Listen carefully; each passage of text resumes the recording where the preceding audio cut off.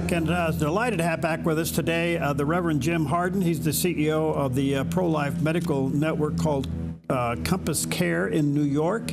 If you remember our interviews in the past, one of his centers was completely bombed out and burned down, and that's still under investigation.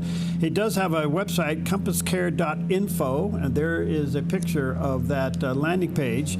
And recently, and congratulations to the grand opening of the CompassCare new offices in the Bronx and Brooklyn. Pastor Harden, good to see you, friend. How are you?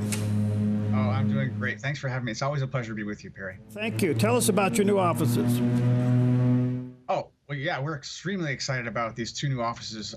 Grand opening celebrations in Brooklyn and the Bronx last week, Tuesday and Wednesday. Just so excited to have just a fantastic team in both locations. You know, Brooklyn is what we call the abortion capital of the United States. There are more abortions in Kings County, Brooklyn than any other county in America. And CompassCare's pro-life medical office is the only medical ethical alternative to women facing unplanned pregnancy and considering abortion in the entire borough. Same thing with the Bronx. Now, the Bronx is a fantastic facility, easily accessible. We anticipate serving nearly 3,000 women this year alone. And our goal is to see, over the next 10 years, 40,000 women and babies saved from abortion in New York City. What kind of services do you provide? Well, that's great. We provide baseline medical care, baseline OB care for women facing unplanned pregnancy. We do STD testing and treatment. And we also do chemical abortion pill reversals. Now, this is one of the reasons why Letitia James, Attorney General of New York State, is suing us. She wants to shut us down, similar to, she's using the same language as pro-abortion Antifa that firebombed us in Buffalo. But yeah, what happens is a woman starts the chemical abortion process. By the way, chemical abortion now represents over 60% of abortions in America. She starts the chemical abortion process. She changes her mind. She frantically searches the internet for how to reverse the effects of chemical abortion, and she finds CompassCare or Heartbeat International, which does referrals for CompassCare in New York City. And we can get her in with emergency care, emergency progesterone therapy. Our nurses will drop everything and run to the office and serve this patient and get her on emergency progesterone therapy, reverse the effects of this chemical abortion drug, and save her baby from abortion, literally pulling life out of the jaws of death. It's really, and by the way, we've seen more chemical abortion reversal patients this year, just in the last 2.5 months, than we saw the entire year last year. So the demographic is waking up to the reality that it's possible to reverse the effects of chemical abortion, and it's so dangerous that they need to stop the process immediately. Is there a timeline there from the time they take the pill to where your counter treatment will work? Yes. Well, optimally, we need to catch her within the first 72 hours of her taking the first dose. Chemical abortion is basically a 2-drug regimen. The first drug essentially starves the baby, kills the baby. Second drug essentially causes uterine contractions to expel the baby. And so we've got to catch her before she takes that second drug and within 72 hours of taking the first.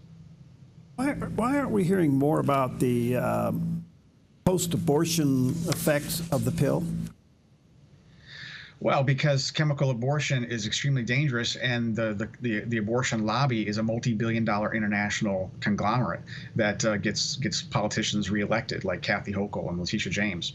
You know, so you have presidents of the United States that run their entire campaigns based on abortion, like you know, Kamala Harris. So you know, they don't want people to know about the dangers and risks and side effects of chemical abortion. They don't want people to know the truth, because if chemical abortion were actually to go through the paces at the FDA, which it has not gone through for safety and efficacy, it would never make it.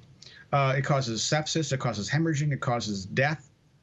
And of course, abortion, generally speaking, causes increased risk of breast cancer, increased risk of future preterm deliveries. All these things women are not told. What they're told is that chemical abortion is safer than Tylenol, which is a fraud being perpetrated upon women all across this country. What's the Sheild law in New York? The Sheild law is basically New York's way of creating an abortion sanctuary state to violate other states' laws with respect to restricting abortion and violating federal law. So Kathy Hochul, Governor Kathy Hochul in New York, signed the Sheild law, essentially protecting abortionists, criminal actions of abortionists when they commit malpractice against women, from being indicted or fined by other states like Louisiana and Texas. So we have a chemical abortionist in New York, Manhattan area, who ships these dangerous chemical abortion drugs illegally in violation of Federal Comstock Act. And in violation of state laws, Texas state laws and Louisiana state laws. She shipped these drugs to these women. The one woman was coerced into getting an abortion. The drugs weren't even shipped to her; they were shipped to somebody else. Another woman was sent to the emergency room. She's not receiving any follow-up care from this potential physician.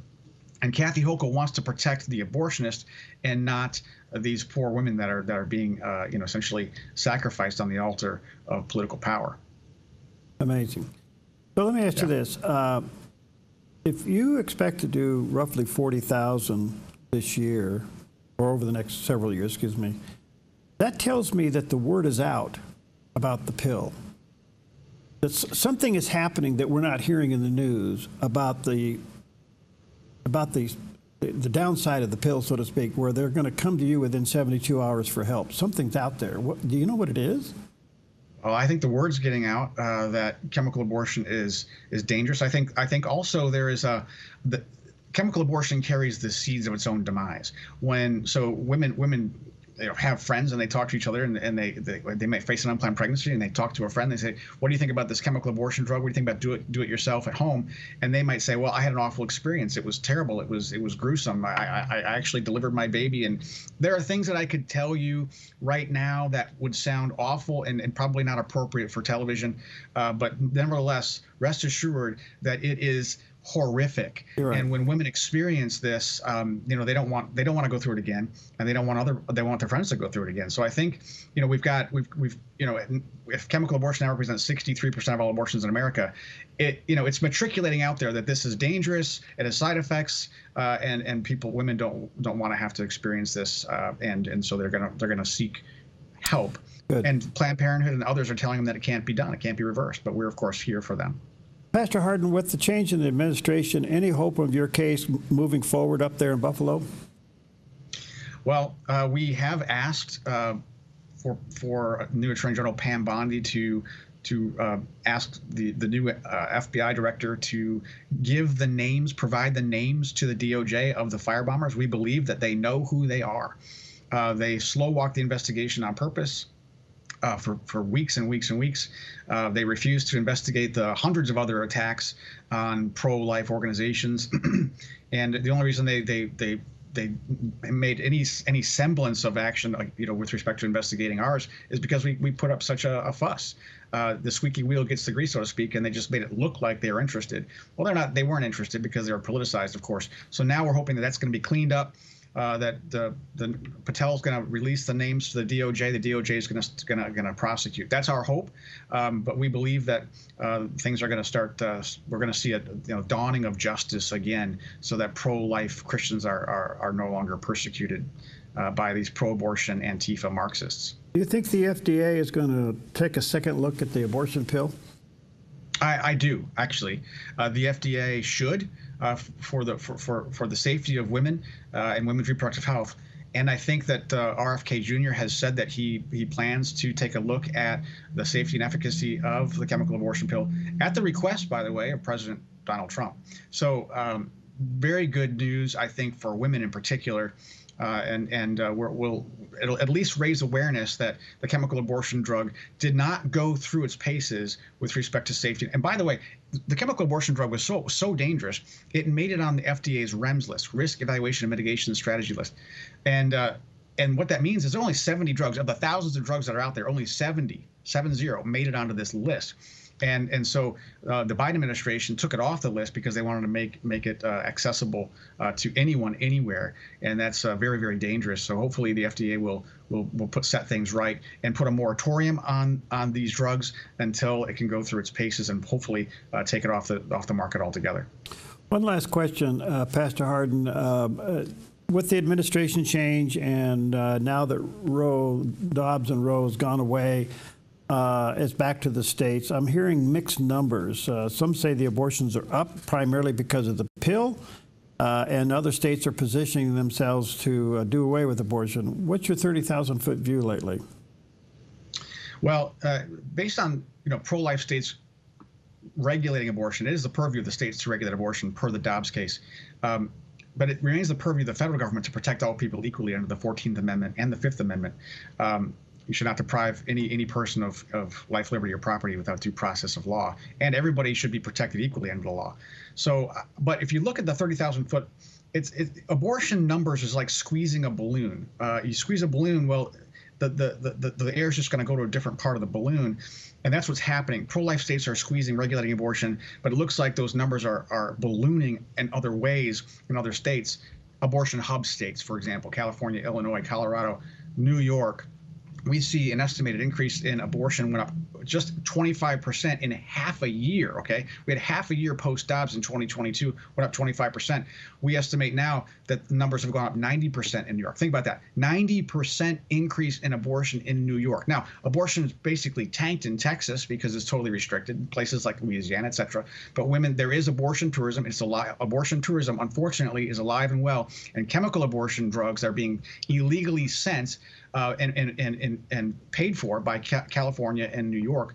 And it's very dangerous, very illegal, and they're conspiring to violate other states' laws, which is violations of the 10th Amendment of the Constitution, as well as conspiring to violate federal law, the Comstock Act, which comes with racketeering charges and $250,000 fine per violation. Now, if Pam Bondi would simply enforce the Comstock Act, it would bankrupt the abortion industry within a very short period of time.